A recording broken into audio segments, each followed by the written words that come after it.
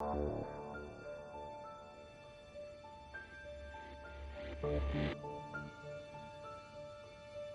you ready?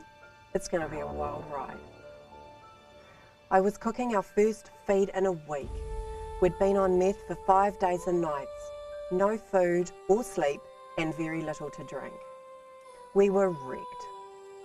Mark and Dave sat at the table cleaning their guns. Drug paraphernalia lay amongst the weaponry on the table. We were all off our faces as usual. My body wasn't used to the pure drugs. I had the speed wobbles, literally. Then it happened. I wigged out. Almost audibly, the psychotic switch flicked in my head. Mark and Dave suddenly looked like people I should be very scared of. A book by Ray Comfort that had horrified me as a kid now flashed in my mind, called My Friends Are Dying.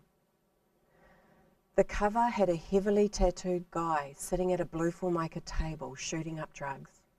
The tattoos had shocked me, the needle and drugs had shocked me, and even the hideous Formica table had shocked me. And now, here I was in Dave's kitchen, a snapshot of that very picture, minus the blue Formica, but somehow worse. Worse, because it wasn't someone else, it was me.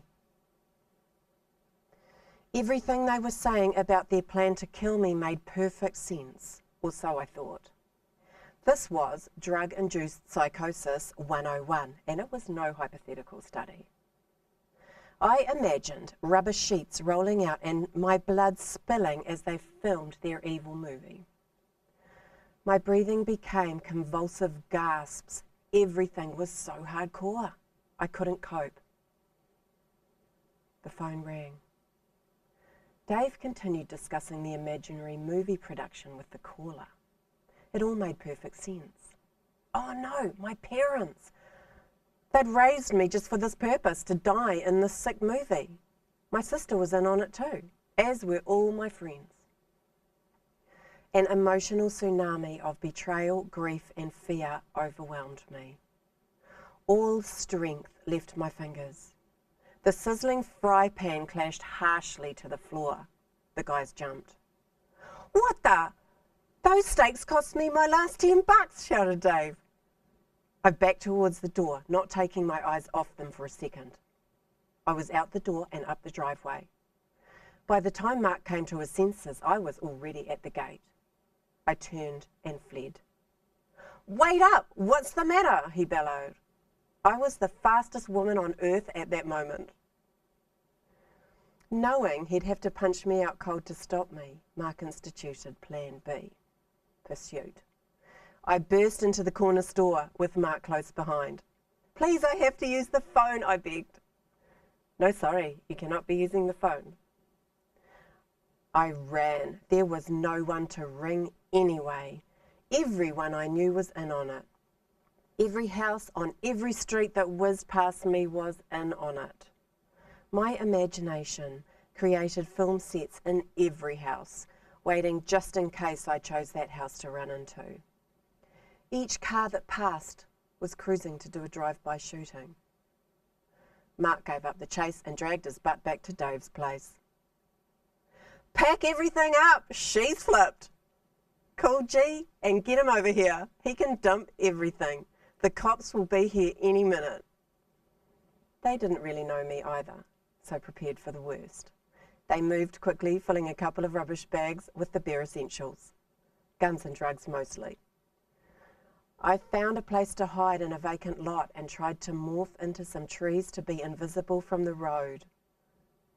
Hi, came a voice from the side. I nearly jumped out of my skin and glared at the old man.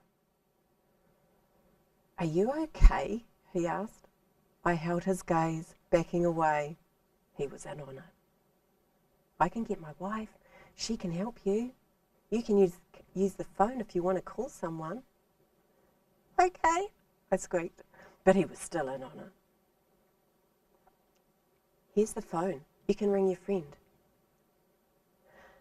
Gilda, can you come and get me now? I'm in trouble. She was shocked at my gaunt face. wild eyes and scrawny body, and completely mental state. She put me to bed. I slipped further into the abyss. In the sporadic moments approaching clarity, I held on to a glimmer of hope for tomorrow, that maybe, after a good night's sleep, my faculties would return. But for days, the good night's sleep was a slippery foe I couldn't catch. I waded waist deep through delirium until the merciful sunrise pried dark fingers off the city. Another new day dawned. I steeled myself for the big reveal. I did my mental checks and found I had still not returned. I was the same. Psychotic, paranoid, mortally depressed.